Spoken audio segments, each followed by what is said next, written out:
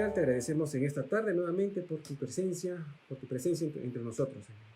Queremos, Padre Santo, de que tu Espíritu Santo nos visite, Señor, a cada uno. Sabemos que estamos distribuidos alrededor del mundo, Señor, esparcidos, Señor, cada uno en nuestras casas. Sabemos que estamos, Padre Santo, lejos los unos de los otros, que ya no podemos abrazarnos, tocarnos, besarnos, ya no podemos estar en esa coinonía, Señor, pero por medio de la tecnología, Señor, estamos unidos en una misma mente y espíritu, Señor. Y te agradecemos, Padre Celestial, porque todavía podemos usar la tecnología para edificar al cuerpo de Cristo, Señor, edificar a tus ovejas, porque las ovejas son tuyas, como lo vamos a estudiar hoy. Así que, Padre, bendice este estudio, Señor, abre nuestra mente, nuestro entendimiento, que podamos comprender, Señor, cuál es el plan perfecto para nuestras vidas también. Y Dios, que sea tu palabra hablando, no mis palabras, sino las tuyas, Señor. Gracias, Padre Celestial, por este tiempo, Señor. Bendice a los hermanos que están conectados y a los que están por conectarse también. En el precioso nombre de Jesús oramos. Amén. Hermano, yo imagino, nunca lo he dicho, muy pocas veces lo he dicho, pero yo imagino que ustedes tienen su Biblia a la mano allí, ¿no? ¿Por qué? Porque yo leo bloques, secciones y hacemos los estudios pertinentes. Entonces, en ese sentido, imagino que ustedes tienen su Biblia a la mano. ¿Por qué? Porque es bien interesante. A veces hay algunos versículos que yo no los leo por cuestiones de tiempo, pero los menciono simplemente, ¿no? Entonces, para hacer una pequeña introducción a este último capítulo del Evangelio de Juan, ¿ya? Es necesario hacerla. ¿Por qué les digo? Porque hay teólogos y hay intérpretes de la Biblia y hay estudiosos de la Biblia del siglo XVI, del siglo XVII, del siglo XVIII, que han sido teólogos muy discutidos, cuyos testimonios no han sido los más ejemplares, pero que se han atrevido a estudiar la Biblia de manera científica, por así decirlo, y han usado la alta crítica, que en cierta medida no es mala, pero la han aplicado de una manera que han creado suspicacias acerca de la inspiración de la palabra de Dios, y han sumado una serie de criterios, ¿no? Que ponen en duda la línea de la revelación de Dios y ponen en duda, digamos, la historicidad, muchas veces incluso de lo que estamos leyendo, de los evangelios o de los libros del Antiguo Testamento, de la paternidad mosaica, que Moisés no escribió los primeros 5 libros del Pentateuco, etcétera de cosas. Y esto ha salido de los mismos teólogos, y es triste decirlo así. ¿Por qué? Porque después del siglo de las luces, del año el siglo XVI, XVII, en donde la Revolución Francesa, la Revolución Industrial, todas estas cosas empezaron a surgir, digámoslo así, el Evangelio presentó un Evangelio completamente errado, como un Dios tirano, ¿no? Un Evangelio calvinista, entre comillas, ¿no? Que Dios es un ser que escoge a unos para la salvación y a otros para la condenación porque simplemente le place, y punto. No preguntes, porque así es Dios. Dios es así, es un tirano. Él te crea a ti para mandarte al infierno y a ti también te crea para mandarte al cielo, y ellos, porque ni siquiera le dan la capacidad para arrepentirse, lo juzga por su pecado, y así Dios es justo, y a los otros les muestra su misericordia diciéndole: por su caso a ti no te condené porque soy bueno contigo. Entonces, presentar a un Dios de esa manera en la antigüedad en el siglo XVII, siglo XVIII fue muy duro. Y el agnosticismo, la ciencia, el darwinismo y todas las cosas que vinieron después empezaron a refutar este tipo de evangelio que se presentó. ¿De acuerdo? Entonces, la alta crítica, la crítica de las formas, todas estas ciencias que aplicaron a la Biblia, en vez de hacer un beneficio para la palabra de Dios, o sea, fue una espada de Damocles, porque también causó dentro del cuerpo de Cristo una serie de doctrinas que se desarrollaron desde ese entonces hasta la fecha. Y hay muchas denominaciones que creen diferentes cosas, que tienen diferentes interpretaciones. Dicen que Apocalipsis, por ejemplo, es netamente simbólico, que no es un libro histórico, que no habla del futuro que está por venir a este planeta, y así, etcétera, etcétera. Sería tema de otro estudio eso, pero lo digo como introducción. ¿Por qué lo digo todo esto? Porque, hermanos, hay algunos estudiosos, algunos críticos, que piensan que este último capítulo del Evangelio de Juan fue una añadidura posterior a la edición del libro, ¿no? Que algunos o alguien por ahí añadió este capítulo 21 pensando simplemente para darle un epílogo al libro de Juan, que se supone que no estaba terminado. Entonces, en ese sentido, hay muchas especulaciones al respecto, y existen algunas especulaciones respecto a que el capítulo fue añadido, ¿no? Y como dije hace un ratito, muchos teólogos creen que fue añadido posteriormente para aclarar algunos puntos que no se mencionan en los sinópticos, ¿no?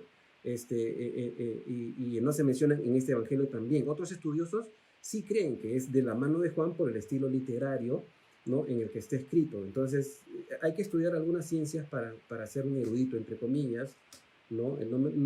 Yo no me considero un erudito, pero sí voy a las fuentes, ¿no? Estudio mucho las fuentes, estudio mucho la sintaxis, la gramática, estudio el griego, estudio el hebreo, para saber lo que estoy leyendo, obviamente, y para poder enseñarlo con propiedad, ¿no? Pero el estilo literario, que también se estudia, ¿no? Cómo es que los autores han escrito y desarrollado su línea de pensamiento de este último capítulo 21 del Evangelio de Juan, sí coincide con los otros capítulos anteriores. Entonces, algunos dicen que no, otros dicen que sí. Entonces, algo para observar en este Evangelio es que este Evangelio, por ejemplo, no termina con la gran comisión, no termina como el Evangelio de Marcos, por ejemplo. Que dicho sea de paso, la alta crítica también se tira y corta de cajón desde Marcos, el último capítulo 16, del versículo 18. Ahí muere. El resto no existe, ¿no? Y hay muchas Biblias que tienen una edición que ya no agregan eso. Y eso es lo que pasa, ¿no? Entonces, este Evangelio tampoco termina así, con la gran comisión, ¿no? Pero sin embargo, hay que entender algo, ¿no? Ya Jesús ha dicho algo en el capítulo 20, el capítulo anterior. En Juan 20, 21, Jesús ya ha dicho, como me envió el Padre, así los envío yo.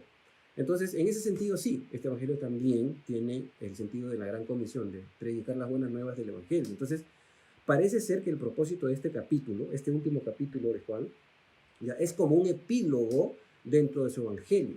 Entonces, Juan lo escribe para estetificar que él mismo, ¿no? Al ser el último de los apóstoles vivos en esta época, recordemos que, como estudiamos al principio, este Evangelio fue escrito entre el 95 y 97 después de Cristo, aproximadamente. Hay algunos que datan la fecha de la Evangelio de Juan en el 110, 130, pero es muy tardía. ¿Por qué? Porque quieren hacer contradicciones, porque ya Juan está escribiendo de una manera muy influenciada por el gnosticismo de aquella época que empezó a surgir.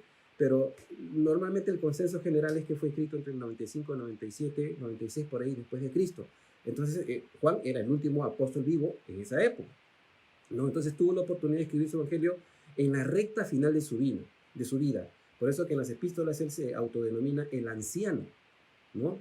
Ya era un anciano. Calculamos, esto no lo podemos saber a ciencia cierta, pero calculamos que de repente Juan tendría entre aproximadamente más de 80 años, 80 y tantos años, casi 90 años, ¿no? Hasta de repente más, ¿no? Porque ya era bien ancianito para escribir esto. Entonces también cuestiones de la memoria que tenía que recordar, etcétera, etcétera, ¿no? Entonces, y también lo añade este capítulo al final para dar credibilidad a su propia autoría. Entonces, el mensaje central de este capítulo, aparte de que Juan dice que él es el que escribió esto, ¿no? Y además de que él revela que, según Juan, esta fue la tercera aparición de Jesús a sus discípulos, ¿no? También este capítulo, Juan parece añadirlo al final, para la restauración de Pedro y la encomienda que recibió de pastorear al rebaño. Esto es importante, lo vamos a ver en un ratito. Entonces, en esa línea de pensamiento, hermanos, en Pedro está representado el ministerio de todos los que somos pastores y la responsabilidad que se nos encomienda, ¿no? Porque el Señor nos manda a nosotros a apacentar a las iglesias, no a flagelar a las iglesias, ¿no? Entonces vamos a estudiarlo ahora en este capítulo. Muchos pastores han cambiado esta palabrita, ¿no? ¿Me amas? Sí, Señor, tú sabes que te quiero. Y el Señor dice, entonces castiga y reprende y latiga a mis ovejas. Y hay muchas iglesias que tratan a las ovejas así, pensando que las ovejas son de ellos. Lo cual no es cierto. Están completamente engañados y las ovejas no son de ellos, las ovejas son del Señor. Entonces, en ese sentido, en Pedro, todos los que tenemos liderazgo de ser pastores también recibimos la encomienda que Pedro recibió. Y esto lo digo simplemente como introducción, todavía no hemos leído el texto. Entonces, todos los discípulos son testigos de la negación de Pedro en el momento más crucial del ministerio de Jesús.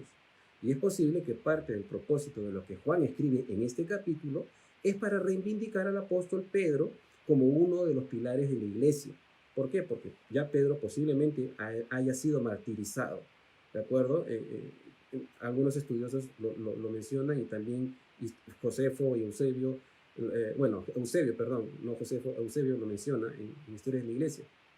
Entonces, Pedro es restaurado, ¿no? Luego de un tiempo que él negó al Señor, obviamente, ¿no? Entonces, pero como podemos ver, a pesar de su negación, los discípulos estaban con él.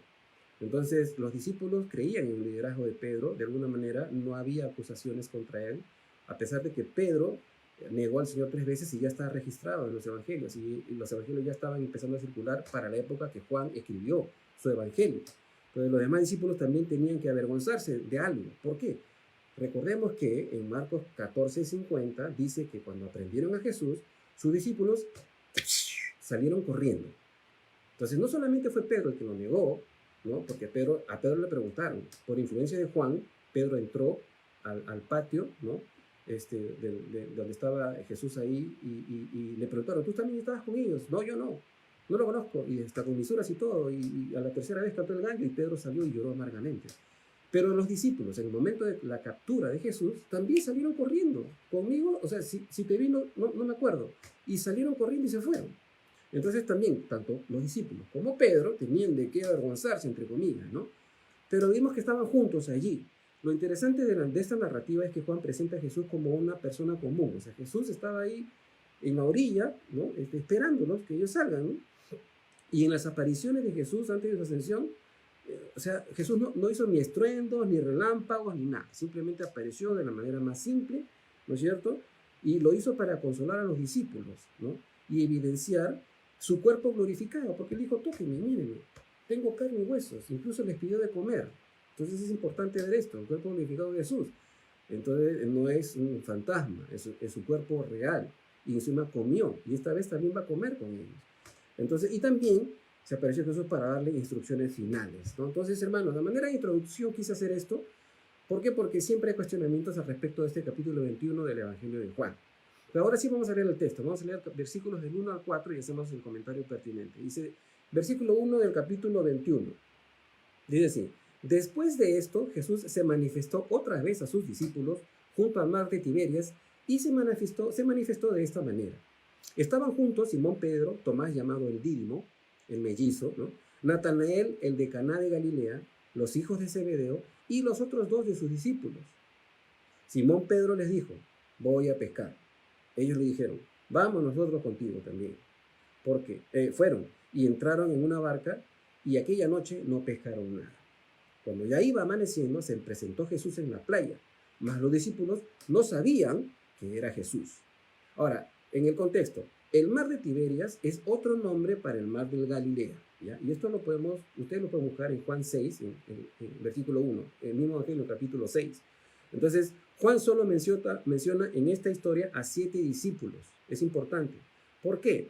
Porque tenemos que observar de que no todos los discípulos eran pescadores. Mateo, por ejemplo, un publicano, un cobrador de impuestos, de pesca no sabía nada. Y algunos otros discípulos tampoco eran pescadores. Entonces, en vez de ser excluyente, la historia que está contando Juan acá es más bien específica. Está diciendo quiénes es que se dedicaban a la pesca artesanal, digamos, de alguna manera, y volvieron a su oficio anterior. Entonces, esto hay que esclarecerlo, porque algunos piensan, que no estaban todos los apóstoles y quieren sacar ahí la quinta pata al gato, pero no es así. Simplemente Juan está diciendo quiénes estaban, porque no todos los apóstoles eran pescadores. ¿De acuerdo? Entonces, simplemente lo que hace Juan es enfatizar quién estaba en esa oportunidad. Ahora, Pedro fue a pescar, ¿no? Ya que tal vez, y es comprensible entenderlo a Pedro, él malinterpretó o olvidó la comisión del Señor que Dios le dijo en Juan 20, en el capítulo anterior, ¿no? Cuando ya Jesús le dice, recibir el Espíritu Santo sopla sobre ellos, ¿no? Y le dijo, a quienes remitieron los pecados les han remitido, etc. Y también le dice, ¿no? Como me envió el Padre, así yo os envío a ustedes. Entonces, ¿a dónde nos está enviando Jesús? No sabemos. ¿A dónde vamos ahí? Estamos acá, vivimos aquí, esta es nuestra ciudad.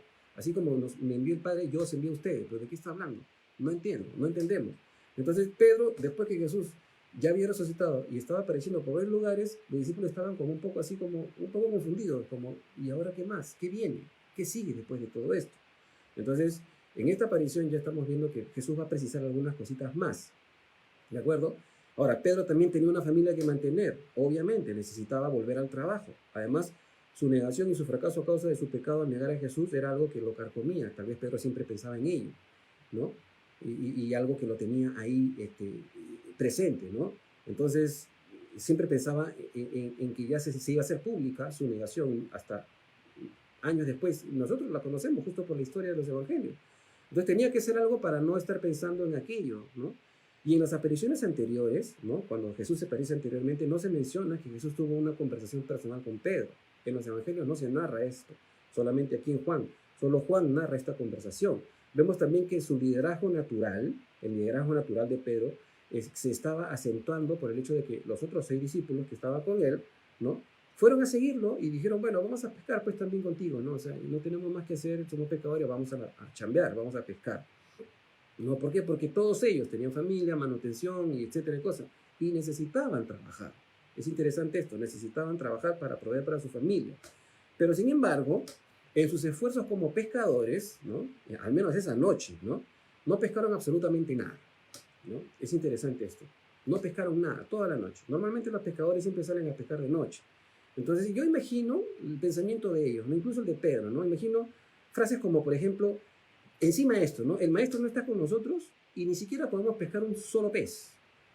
Qué frustrante, ¿no? Estamos acá anoche solo, hace frío, estamos pescando y no pasa nada. Y el maestro se apareció la vez pasada, pero ahorita no sabemos o sea, decepción total para todos ellos, ¿no? Pero de pronto, cuando Jesús se apareció y les dio indicaciones desde la orilla, ellos realizaron una gran pesca, ¿no? Como una pesca milagrosa, entre comillas, ¿no? Ahora, con la intervención de Jesús, se confirma lo que él mismo dijo: separados de mí, nada podéis hacer. Y esto lo dijo en Juan 15:5. Entonces, aún parece que los discípulos no habían comprendido lo que les esperaba cuando el Señor establecería su iglesia. Ellos continuaron con sus labores, ¿no? Pero esta pesca dio una nueva dirección y empuje a la vida de ellos mismos, porque ellos estaban regresando a sus labores anteriores, pero el Señor los había llamado no para seguir pescando, ¿de acuerdo?, sino para poner a la iglesia bajo la responsabilidad de estos 11 aún, ¿no? Discípulos, porque Pablo fue convertido mucho después. Ahora, el versículo 4 que hemos leído dice que Jesús se presentó justo cuando estaba clareando o rayando el alba, ¿no? O sea, cuando ya estaba clareando la noche.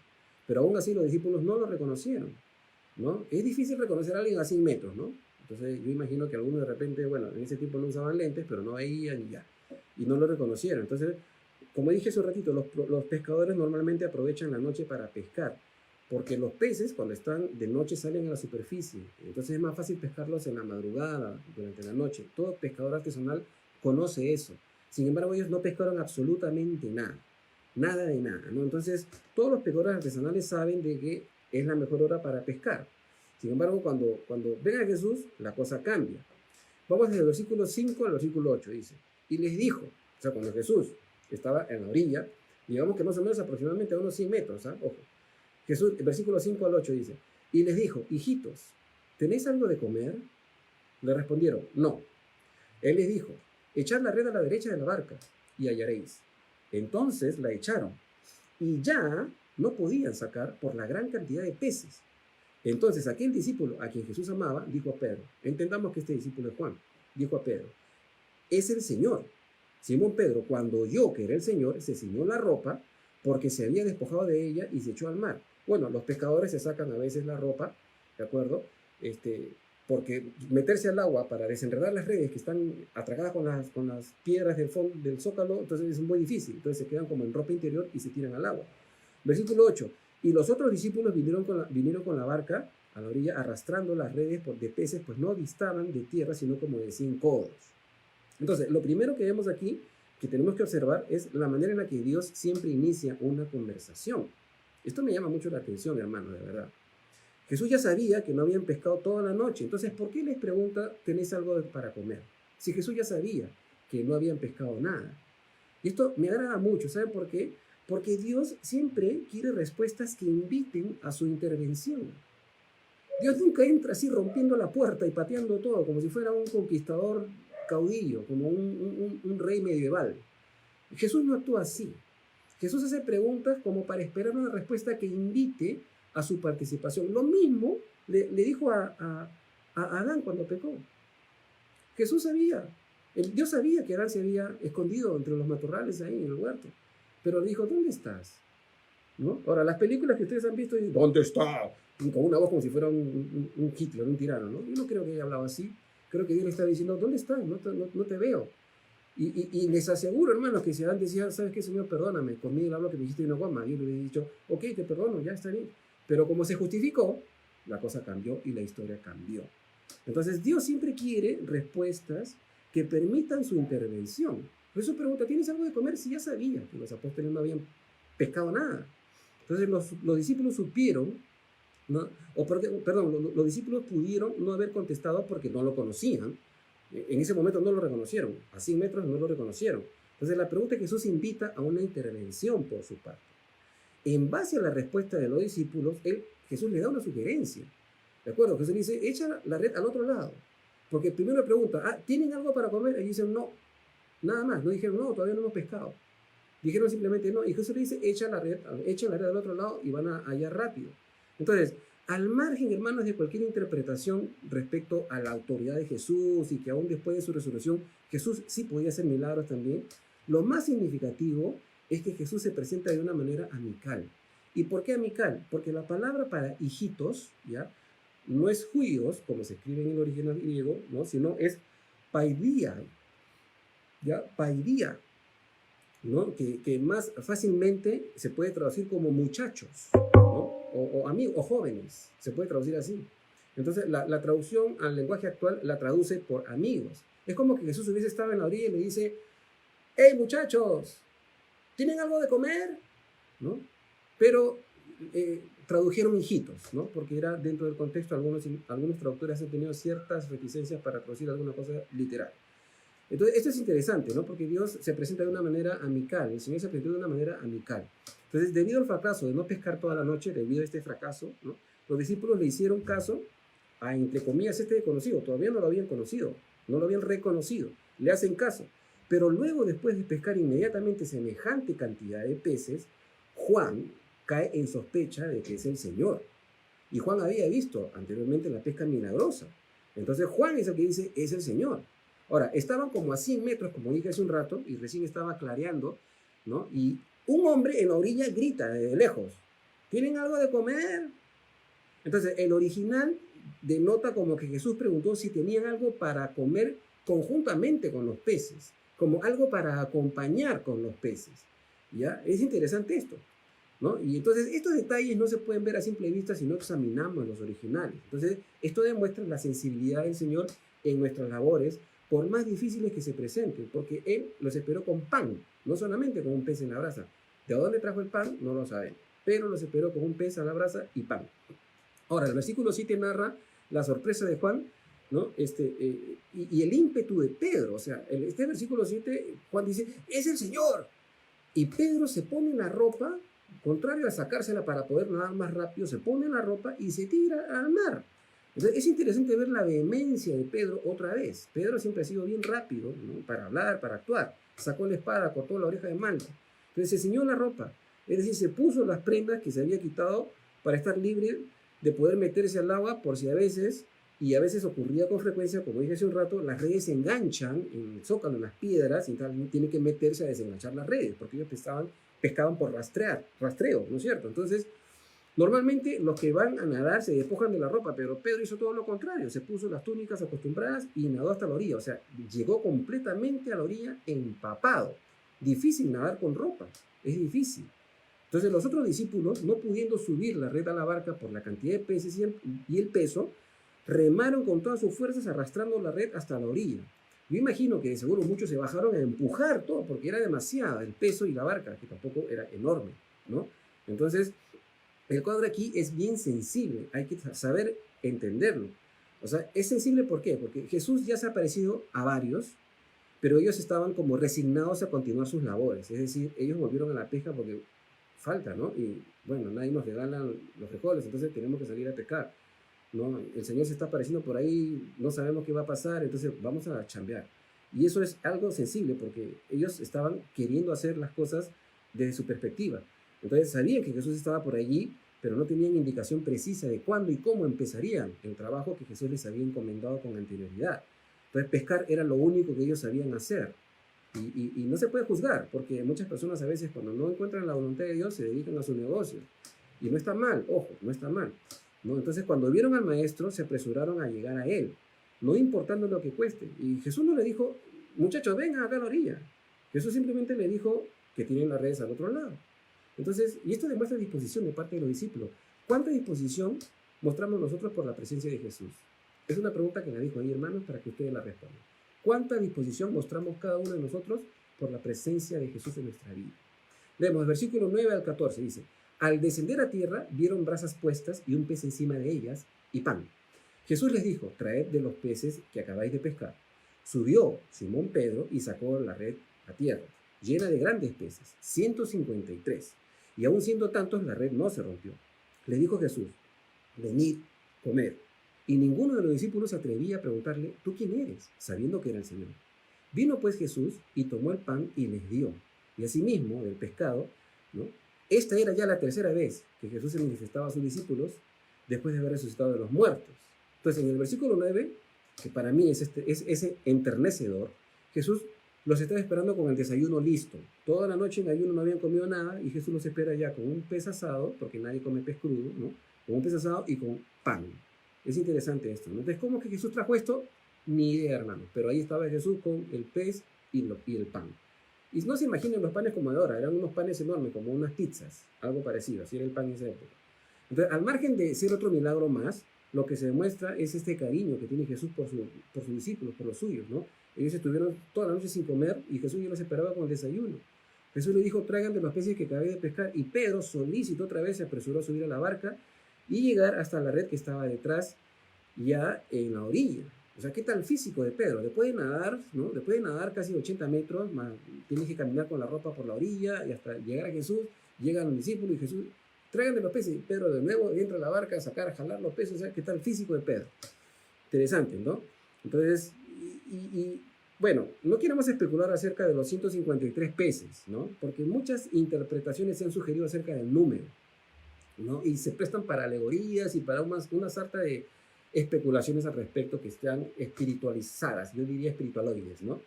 Pero la verdad, hermanos, es que en el contexto, ¿no? Todos los pescadores artesanales que entran en grupo a pescar en cualquier lugar, se reparten la cantidad de peces en partes iguales. Ellos son 7, de 353 sale una cantidad y toma, tú te llevas esto, tú te llevas esto, tú te llevas esto. Y por eso Juan está siendo específico, 153 peces, ¿por qué? Porque somos 7 personas, pues entonces los pescadores siempre contaban cuántos peces pescaban para dividirlos entre ellos. Pero al margen de aplicar aquí cualquier interpretación ya, no sé, ficticia, ¿no? La realidad del contexto es esta, básicamente. Entonces todos los pescadores artesanales cuentan los peces para dividirlos entre ellos. Sin embargo, sí hay una lección espiritual del pasaje, que es, si seguimos la voluntad de Dios, van a haber grandes bendiciones cada vez que nos da dirección en las cosas que hacemos. ¿De acuerdo? En el versículo 12, Jesús, al igual que siempre, enseñando con el ejemplo, les sirvió y les dio el pan y el pez asado. Ahora, el Señor siempre se va a complacer en servir a sus hijos. Y esto hay que tenerlo en mente, hermanos. El Señor siempre lo va a hacer. Esfuérzate en todo lo que puedas hacer. Haz todo lo que esté a tu alcance. Cuando ya no des más, el Señor va a completar lo que tú no pudiste hacer. Y eso se llama gracia. Es la gracia de Dios. Por eso Pablo dice a Timoteo, esfuérzate en la gracia. Entonces, pero este desayuno con el que Jesús nos esperaba en la orilla no solo fue cortesía, sino que Jesús quiso dejar un precedente de su encuentro con ellos. Esto serviría de testimonio por los siglos, hasta nuestros días. Jesús, después de resucitado, comió con ellos. Tuvo la capacidad de preparar una brasa y darle pan y peces asados a los discípulos. Ahora, más tarde Pedro contó esta experiencia a Cornelio, por ejemplo, ¿no? Al centurión romano, al que Pedro fue mandado por Dios para predicarles el evangelio. Así usó las llaves del reino con Cornelio, Pedro con los gentiles. Esto ustedes lo encuentran en Hechos capítulo 10, versículo 40, 41, por ahí. Entonces es interesante esta experiencia. Los discípulos atónitos no le preguntaron quién era, porque era obvio, ya lo habían reconocido, lo estaban viendo de cerca. Ellos sabían que era el maestro. Entonces había una sensación de asombro, una sensación de temor reverente, de admiración tal vez, ¿no? Jesús otra vez con nosotros y sirviéndonos otra vez. Y imagino que los discípulos tal vez se habían acordado de cómo el Señor les lavó los pies, ¿no? Les lavó los pies. Y otra vez sirviéndoles ahora. Y esto es interesante notar. Así es nuestro Señor, ¿no? El Señor es así. Versículo 15 al 17. Cuando hubieron comido, Jesús dijo a Simón Pedro, Simón, hijo de Jonás, ¿me amas más que estos? Le respondió, sí, Señor, tú sabes que te amo. Él dijo, apacienta mis corderos. Volvió a decirle la segunda vez, Simón, hijo de Jonás, ¿me amas? Pedro respondió, sí, Señor, tú sabes que te amo. Le dijo, pastorea mis ovejas. Le dijo la tercera vez, Simón, hijo de Jonás, ¿me amas? Pedro se entristeció de que le dijese la tercera vez, ¿me amas? Y le respondió, Señor, tú lo sabes todo, tú sabes que te amo. Jesús le dijo, apacienta mis ovejas. Interesante, ¿verdad? Para esta sesión, hermanos, tenemos que hacer un pequeño alto, ¿ya? ¿Por qué? Porque tenemos que estudiar las palabras que usa Juan en su evangelio para la palabra amor. Esto es muy importante notarlo. Eso que ustedes lo han estudiado varias veces, vamos a repasarlo otra vez. ¿Ya? Tenemos que hacer un estudio de todas las palabras que se traducen del griego al español por amor. Nosotros tenemos te amo y te quiero. Bueno, y en cierta medida, ¿no? Para los esposos, te deseo, ¿no? O sea, son las 3 palabras que nosotros en el español tenemos para expresar el amor. Pero en el griego no es así. En el griego hay 4 palabras básicamente que se traducen al español amor, pero cada una tiene diferente injerencia. La primera palabra para traducir amor es eros, ¿de acuerdo? Y este amor eros, de donde viene la palabra erótico, ¿no? Representa el amor pasional, el amor erótico, el amor sexual, el amor entre esposos, ¿de acuerdo? Es el amor que hace, pues, la propagación de la especie, por así decirlo, ¿no? O sea, el amor que nos lleva a unirnos a nuestras esposas y formar una familia, ¿no? Ese es el amor eros. La segunda palabra para amor es estorge o estorge, ¿de acuerdo? Que se traduce también como amor fraternal, es decir, amistoso y comprometido. Se caracteriza por ser un amor leal e incluso protector, ¿no? Es como el amor por mis amigos, mis compañeros de trabajo, por mi jefe tal vez, que a veces me cae mal o qué sé yo, ¿no? Los que trabajan de manera secular, pero sienten algo de cariño, de aprecio por esa persona. Este es el griego storge. La tercera palabra sería fileo, ¿de acuerdo? De donde viene el amor filial, por eso decimos qué filiación tienes con esa persona, ¿no? Es el amor que existe entre hermanos, hijos de un padre, el mismo padre, el mismo padre y la misma madre.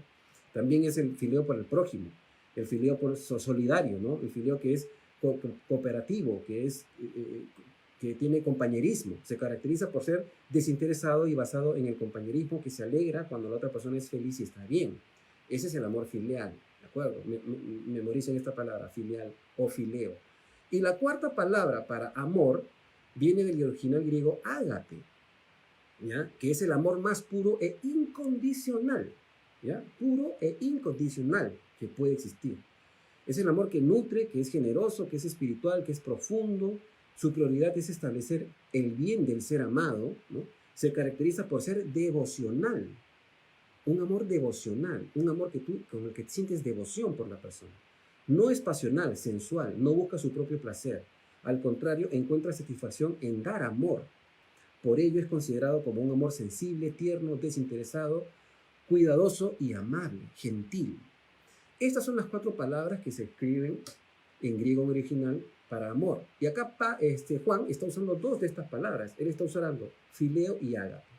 Entonces, para darle un sentido, digamos, rápido, una lectura rápida, les he hecho un resumen para entender qué es lo que está pasando y por qué Juan usa diferentes palabras aquí. En el versículo 15, luego que comieron, Jesús inicia una conversación con Pedro, teniendo como testigos a los discípulos. Jesús no lo llama aparte, le habla de frente, estando los discípulos mirando la conversación, ¿no? Ni bien comieron, les dice, delante de todos, por eso dice, me amas más que todos estos, ¿de acuerdo? Vamos a estudiar esto, ¿ya? El propósito de esta conversación era la restauración, ¿no? Al discípulo que había jurado no abandonar nunca a su Señor y que iría hasta la muerte por su maestro, ¿no? Así que vamos a resumir en pocas líneas el intercambio de Jesús, ¿de acuerdo? Voy a sustituir las palabras y voy a leerlo rapidito para que ustedes tengan más o menos, para que lo vean rapidito, ¿ya? Para que lo vean rapidito cómo se lee. Primero, la primera vez, porque fueron 3 veces que Jesús le hace la misma pregunta. La primera vez, Jesús dice, Pedro, ¿me agapes o me agapas o me agapeas, ¿no? ¿Me agapas más que estos? Es decir, que los otros discípulos. Pedro responde, sí, Señor, tú sabes que te fileo. ¿Ya? Así está, en el original está así. Entonces Jesús le responde, apacienta, ¿no? No controla, sino apacienta mis corderos. Corderos es una palabra para las cabritas o las ovejitas recién nacidas. La segunda vez, Jesús le dice, Pedro, ¿me agapas o me agapeas? Y Pedro le dice, sí, tú sabes que te fileo. ¿De acuerdo? Y Jesús le dice otra vez, pastorea mis ovejas. Es decir, vela por ellas mientras están comiendo, ¿no? Porque el pastor no da de comer a las ovejas en la boca. Él las saca a pastar y las ovejas comen solas, pero él está cuidándolas igual. La tercera vez le dice Jesús, Pedro, me fileas o me fileo. Entonces Jesús se baja al nivel de Pedro. Pedro entonces se entristece porque Jesús le pregunta, ¿me fileas? Y ahí es cuando le dice, Señor, tú lo sabes todo, no te puedo mentir. Pero sin embargo Jesús vuelve a responder lo mismo, le dice, apacienta mis ovejas. Entonces, vemos aquí que las diferentes palabras que usa Juan para amor en su evangelio tienen una connotación específica. El amor de Dios es ágape, incondicional, y Él desea que lo amemos con esa misma clase de amor. Pero en la conversación con Pedro deja de ver que Dios, conociendo nuestra limitación y nuestra impotencia, no por eso cambia su favor y su actitud para relacionarse con nosotros. A pesar de nuestra miseria e ineptitud, el Señor es bueno y se rebaja hasta nuestra esfera para seguir hablándonos, inspirándonos, consolándonos en todas nuestras necesidades. Y esto es bueno, hermano, aprenderlo así de esta manera. Porque Jesús no lo juzga. Pedro responde de manera sincera. Pedro le está diciendo, Señor, yo no te puedo amar como tú me amas. Perdón, no puedo. Tú quieres de mí un amor ágape, yo no puedo hacerlo. Tengo un amor filial por ti, ya lo demostré.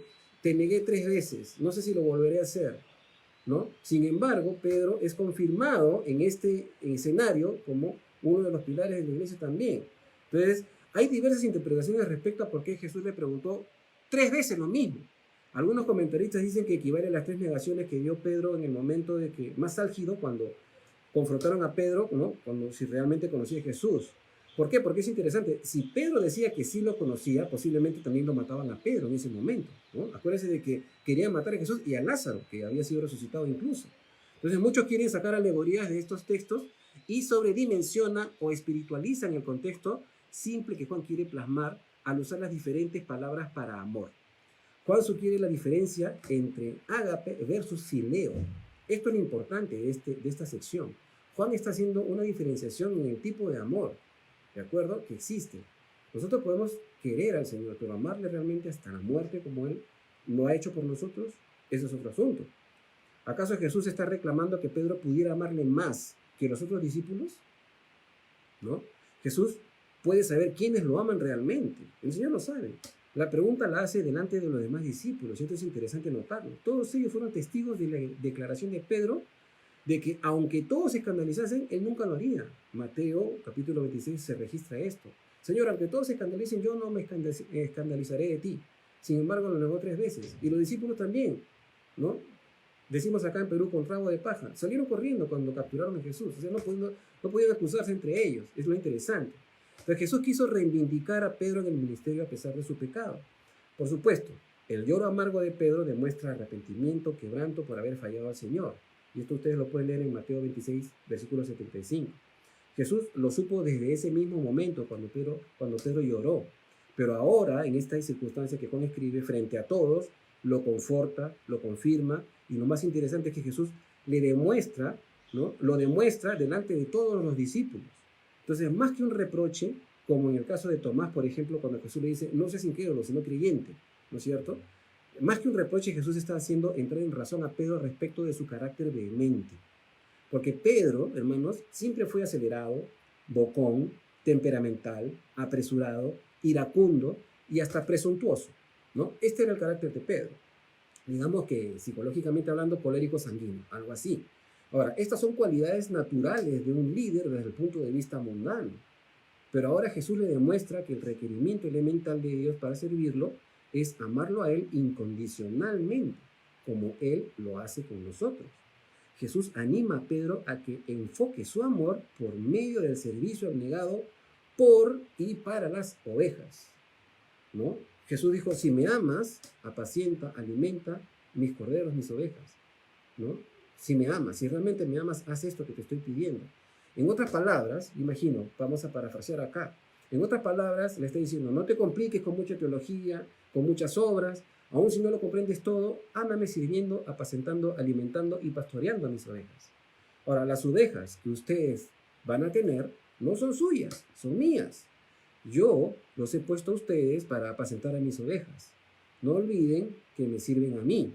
Mi Padre los va a honrar por servir a mis ovejas.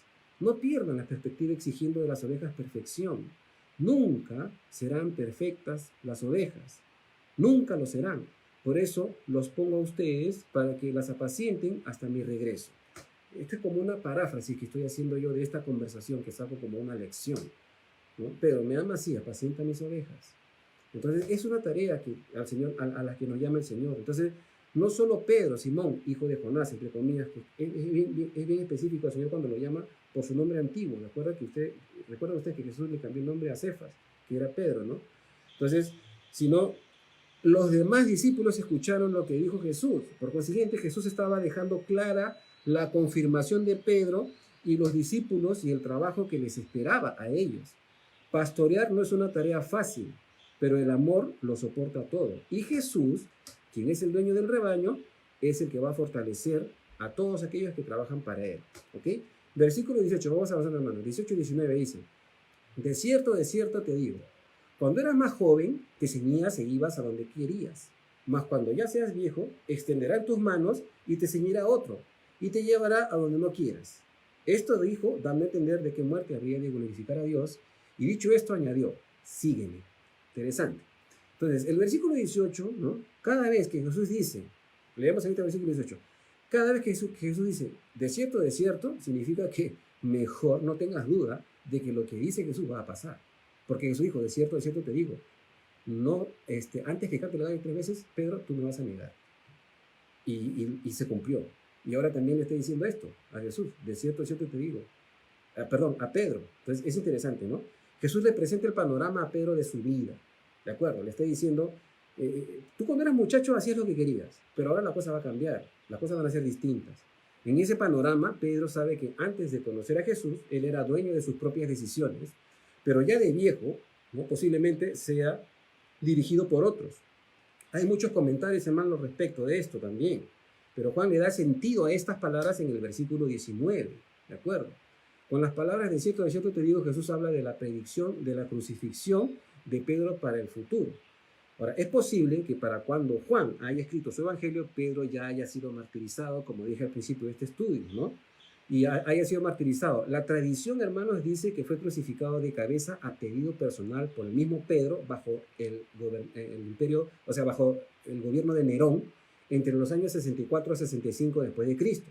Ahora, él fue atado a una cruz con sus manos extendidas. Clemente, que es uno de los discípulos de Juan, de Policarpio, bueno, de los primeros de la iglesia primitiva, también registra esto en unas crónicas que él escribe, y también Eusebio, en su historia eclesiástica, también habla de este evento. Entonces, la obediencia al mandato de Jesús, de sígueme, en el versículo 19, es el asunto más importante en la vida de todo cristiano. Si el Señor te dice a ti, hermano, sígueme, ¿qué vas a hacer? ¿Qué vas a hacer? Si Dios te dice, sígueme, ¿qué vas a hacer? Así como Jesús siguió la voluntad del Padre, así los discípulos deben seguir a Jesús, a su Señor, ¿no? Sin importar si el camino conduce a la cruz o si hacia otra experiencia difícil. Entonces, una vez más, al igual que la profecía de la negación de Pedro frente a él mismo, ahora Jesús le está diciendo qué va a pasar con él en el futuro. ¿No? Le está diciendo, por si acaso, este va a ser el precio de ser mi discípulo. Te van a matar igual que a mí. Entonces Pedro está entendiendo que su martirio formará parte de su vida. Sabiendo eso y conociendo el poder del Señor, Pedro recibió la fortaleza que necesitaba para el ministerio que le esperaba. Eso es interesante. De igual manera nosotros, hermanos, Jesús fue enfático acerca del amor hacia Él, ¿no? Y de seguirle. Dos cosas elementales aquí para todos nosotros, hermanos. No puedes amar a nadie ni a nada más que a Él. Esto te lleva a la ruina si lo haces. No puedes amar a Jesús más que, o sea, no puedes amar a nadie ni a nada más que a Él. Y segundo, si decides o si quieres seguirlo, tienes que cargar tu cruz cada día. Y esto implica la negación del yo. Decir no a tu yo, a tu ego. El cristianismo es eso, la negación del yo, la muerte del yo. Muchos cristianos tienen a Jesús solo como Salvador, es decir, están en una posición bien cómoda. La iglesia los domingos, algunos estudios bíblicos, leer la palabra solo cuando quieren consultar algo con el Señor, ¿no? Solamente la leen para recibir dirección en ciertos momentos específicos, pero no devocional, no de manera diaria. Pero cuando las pruebas vienen, son los primeros en salir corriendo, como los apóstoles en el huerto, reniegan de Dios y se quejan por todo, ¿no? O sea, bueno, no quiero ahondar en esto. Y es muy diferente cuando te atreves a preguntarle al Señor sobre los planes que Él tiene para ti. Y una vez esos planes te son revelados, tú te ciñes y caminas en pos de eso. ¿Le has preguntado al Señor qué cosa quiere el Señor hacer contigo? ¿O vives una inercia como viven todos los seres humanos? La inercia natural. ¿Le has preguntado al Señor, Señor, qué quieres hacer conmigo en este tiempo? ¿Por qué existo? ¿Para qué existo? ¿Qué hago aquí? O simplemente estamos viviendo nuestro cristianismo como, bueno, pues la inercia de la vida, ¿no? O sea, como que todos los días trabajas y vas a la empresa, sí, igual y tú eres cristiano igual. Y bueno, lees porque sí, pues no hay que leer algo, ¿no? Pero ¿te has atrevido a preguntar al Señor qué planes tiene para tu vida? ¿No? Entonces, es importante estas lecciones que nos deja este capítulo. Continuemos, hermanos, para que no nos gane el tiempo. Versículo 20 al 23. Volviendo Pedro, vio que le seguía el discípulo a quien amaba a Jesús. el mismo que en la cena se había recostado al lado de él y le había dicho, Señor, ¿quién es el que te va a entregar? Cuando Pedro le vio, dijo a Jesús, Señor, ¿y qué de este? Jesús dijo, si quiero que él quede hasta que yo venga, ¿qué a ti? Sígueme tú. Este dicho se extendió entonces entre los hermanos, que aquel discípulo no moriría. Pero Jesús no dijo que no moriría, sino, si quiero que él quede hasta que yo venga, ¿qué a ti? Es interesante. Entonces Jesús, al haberle dicho a Pedro, sígueme, obviamente seguro, después de comer el desayuno, el pan asado, el pan con los peces asados, se pararon y comenzaron a caminar por la orilla, la arena, imagino, ¿no? Entonces el texto dice que Pedro volteó a mirar a Juan. Eso es interesante. Entonces Pedro, al saber el plan de Dios para su propia vida, tuvo curiosidad acerca de Juan, porque Juan seguro también se paró tras de ellos y empezó a seguirlos desde lejos tal vez, ¿no? Por eso que Pedro, pregunta, Señor, ¿y qué de este, el que viene atrás de nosotros? ¿No? Entonces es interesante verlo así, pintar el cuadro en nuestra mente. Entonces Pedro tuvo curiosidad y le preguntó a Jesús qué sería de su amigo Juan, el discípulo a quien amaba Jesús. Y lo interesante es que Jesús respondió a Pedro, o sea, Jesús le respondió a Pedro su curiosidad con un argumento en donde se demuestra la soberanía que tenía Jesús. La respuesta de Jesús sirve como una suave reprensión, algo como, ¿sabes qué? A ti no te importa. Es decir, no te corresponde saber lo de él. Algunos cristianos pueden distraerse fácilmente con preguntas innecesarias acerca de la voluntad de Dios, ¿no? Y eso nos paraliza. Cuando he hecho consejería, hermanos, hay hermanos que están dando vueltas como un trompo en el mismo lugar, pidiendo consejería durante mucho tiempo, pero no toman decisiones. Y no saben que cualquier decisión que tomen, si está en el Señor les va a guiar y les va a bendecir. Pero se paralizan y dan vueltas y vueltas y no avanzan. ¿Por qué? Porque tienen temor de no conocer con punto y coma la voluntad de Dios. Y eso es un problema, ¿de acuerdo? Entonces, tenemos que estar seguros de la voluntad de Dios y orando y leyendo la palabra. Ahí está la respuesta. Entonces, esto paraliza a muchos cristianos. Ahora, uno puede descuidar hacer la voluntad de Dios por tratar de saber con punto y coma lo que Dios tiene para nosotros, y esto nos paraliza, como ya dije. O sea, queremos saber que Dios nos diga A, B, C, D, F, G, pero Dios no actúa así, ¿de acuerdo? Porque somos seres libres. Dios nos puede mostrar todo su plan y nosotros podemos decirle, no quiero. Y ya, es así. Pero tenemos que tener las agallas de decirle, ok, Señor, sí, voy a hacer lo que tú quieres que yo haga. Y eso es diferente. Los planes de Dios para los cristianos varían y a veces son desconocidos. Y es porque Dios es sabio. Porque si Dios te muestra todo el panorama de tu vida para el futuro, te aseguro que te encierras en el closet de tu dormitorio y no sales nunca más, sabiendo lo que te va a esperar. Pero es importante ver que a veces el Señor actúa de maneras misteriosas para que nosotros, en ejercicio de nuestra voluntad, voluntariamente aceptemos el plan de Dios que se nos va revelando progresivamente en nuestra vida conforme le vamos buscando a Él. Por eso es que debemos orar, porque a veces la voluntad de Dios no está tan clara. Pedro debía entender lo que Dios tenía para él y dejar el caso de Juan en manos del Señor. Un punto importante de notar es que Jesús no le respondió qué sería o qué pasaría con Juan. Solo le dijo que Juan quedaría mientras él está viniendo. Y esto es énfasis en el griego. Si yo quiero que él quede mientras yo estoy regresando, dice el original griego, ¿no? Entonces, de alguna manera Juan menciona, ¿no?, de que la gente creyó que era un falso dicho lo que dijo Jesús. O sea, ya habían rumores, ¿no?, que pensaban de que ese apóstol nunca iba a morir. Pero Juan está aclarando esto, ¿no? No es que nunca iba a morir ese apóstol, sino que es que de repente Jesús iba a regresar a él. Y obviamente, si seguimos el contexto de la revelación, ¿no?, de repente se está refiriendo a que Jesús lo visitó a él en la isla de Patmos para revelarle pues, el Apocalipsis, ¿no? Básicamente, ¿no? Entonces, a veces es malinterpretada esta frase, ¿no?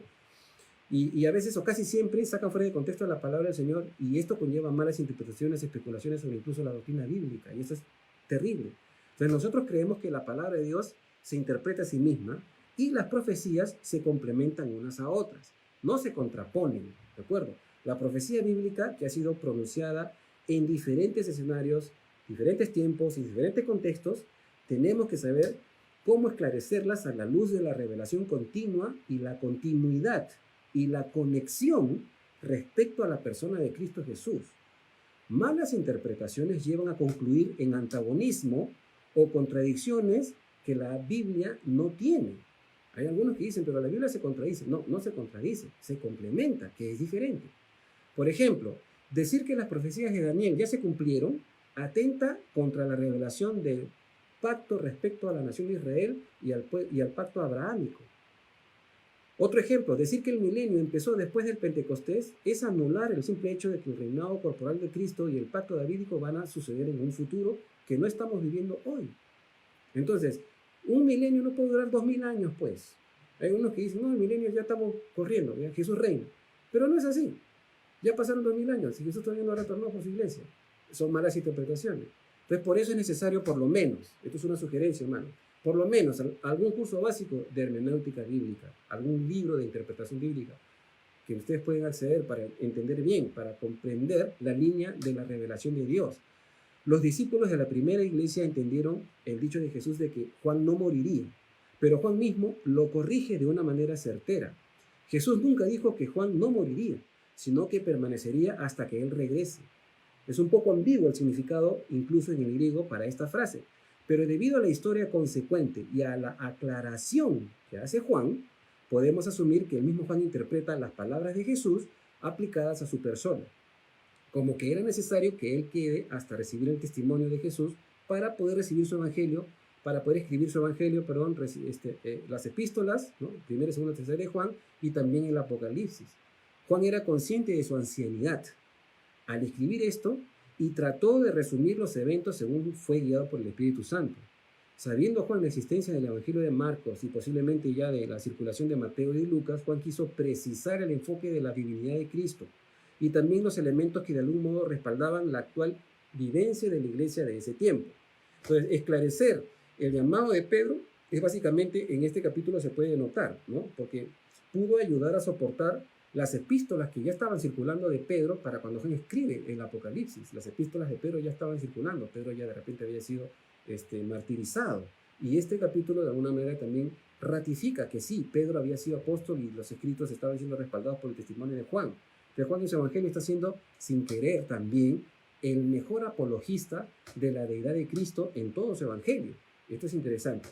Terminamos con estos dos versículos, hermanos, versículos 24 y 25. Este es el discípulo que da testimonio de estas cosas y escribió estas cosas. Y sabemos que su testimonio es verdadero. Y hay también otras muchas cosas que hizo Jesús, las cuales, si se escribieran una por una, pienso que ni aún en el mundo cabrían los libros que se habrían de escribir. Amén. Entonces, en estos últimos versículos, Juan prácticamente justifica la frase de Jesús de que era necesario que él quede. Él se identifica a sí mismo como a quien se refería Jesús, es decir, él iba a recibir el testimonio, ¿no? El testimonio, es decir, su evangelio. Y esta es la prueba de la veracidad de las palabras de Jesús. Luego resume que si él hubiera podido recopilar todos los hechos de Jesús, no hubiera lugar para almacenar todos los libros que se necesitarían para hacerlo. Interesante. Entonces, no podemos dejar de mencionar, hermanos, ¿no? Sinceramente, no podemos dejar de mencionar que algunos eruditos cuestionan estos dos últimos versículos también, que han sido añadiduras posteriores, aludiendo de que una persona que no fue Juan escribió esto al final. ¿De acuerdo? Entonces, y tal vez de alguna manera casi todo el capítulo, como dije hace un momento, ¿no? Y que también estas personas lo hicieron para corroborar la historicidad y la canonicidad del Evangelio de Juan. Sin embargo, un análisis literario, hermanos, que es lo que se estudia cuando estudiamos la palabra, es decir, la crítica literaria se basa en estudiar cómo es que los escritores han desarrollado las ideas, qué tipo de gramática usan, etcétera, qué tipo de sintaxis usan. Según este análisis, demuestra que el capítulo 21 sí fue escrito por Juan. Entonces muchos eruditos, queriendo redescubrir la fiabilidad de los evangelios, lo único que logran es poner tropiezo a la credibilidad de los mismos, ¿no? Frente a una audiencia secular y agnóstica, porque el mundo que escucha contradicciones en la Biblia dejan de creer en Dios justamente por estos teólogos que se creen muy sabios y empiezan a cuestionar la misma palabra de Dios. Es bueno considerar la alta crítica y su aplicación a los evangelios, pero no debemos olvidar la abundante y redundante multitud de manuscritos que existen del Nuevo Testamento. Muchos más que muchos otros manuscritos, como la Ilíada y la Odisea de Homero, por ejemplo.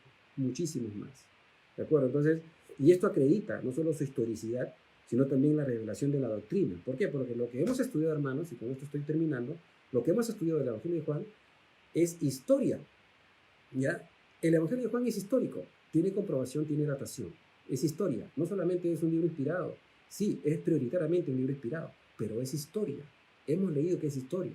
Entonces, tampoco podemos especular acerca de la manera en la que los evangelios han sido escritos, ¿no? Ellos mismos no escribieron sin parar como copiando una novela de un libro a otro. Imaginemos que los apóstoles escribían, o los que escribieron, en este caso no era apóstol ni Marcos ni Lucas, pero los que escribieron, escribían pues con cierta pausa, ¿no? O sea, no era como un dictado mecánico así que se tiraron todo el Evangelio en 2 horas escribiéndolo, no. Imaginemos que, por ejemplo, de seguro Juan, por ejemplo, tuvo pausas escriturales al momento de escribir, porque era demasiado anciano. Y luego, cada vez que recordaba algo, retomaba su narración. Ahora, posiblemente también Juan tuvo un amanuense. ¿Qué es esto? Una persona que escribía por él. Él dictaba y alguien escribía. Eso también es una posibilidad. ¿De acuerdo? Entonces, no lo sabemos. Pero hay que tener esta paciencia para entender a veces algunos saltos en la secuencia, como que pareciera que Juan está cambiando de tema o viendo algunos datos. Juan era un anciano cuando escribe esto. Entonces, bueno, la memoria a veces falla y dependía de la guía del Espíritu Santo para escribir lo que Dios quería que se plasme en este evangelio. Entonces, la concordancia histórica y la línea de tiempo no se alteran en los evangelios, más bien se complementan. ¿Cuál sería la conclusión, hermanos, de este evangelio? Básicamente, que con esto terminamos. ¿Cuál sería la conclusión? Básicamente la conclusión es esta. Jesús es el unigénito Hijo de Dios, es decir, es Dios, se encarnó, ¿de acuerdo? Se encarnó. ¿Ya? Dios se hizo hombre, el Emmanuel con nosotros. Ofreció su vida como pago por el pecado, por tu pecado y por mi pecado. Luego, resucitó al tercer día y prometió que volvería por su iglesia y rescatar a todos los que creen en él del infierno y del castigo eterno. Ese es el resumen básico para este evangelio, hermanos. Ha sido un placer, hermanos, poder estar con ustedes. Permítanme hacer una oración y luego algunas precisiones después. Padre Santo, te agradecemos por este estudio. Gracias porque hemos podido cubrir el evangelio de Juan en todo este tiempo, Señor. Ha sido paradójico, Señor, de que en plena pandemia, Señor, estamos estudiando la palabra de manera más enfática, más precisa, usando las redes como nunca antes. Y, Señor, te agradecemos por eso, porque estamos llegando a muchos más hogares. Gracias, Padre, por este estudio. Te pedimos que esta palabra se haga carne en nuestras vidas, Señor. Y te pedimos, Padre Santo, que nos sigas inspirando, Señor, en cómo entender tu palabra y tus planes, los planes que tú tienes para nuestras vidas, Señor. Gracias, Padre, en el nombre de Jesús. Amén.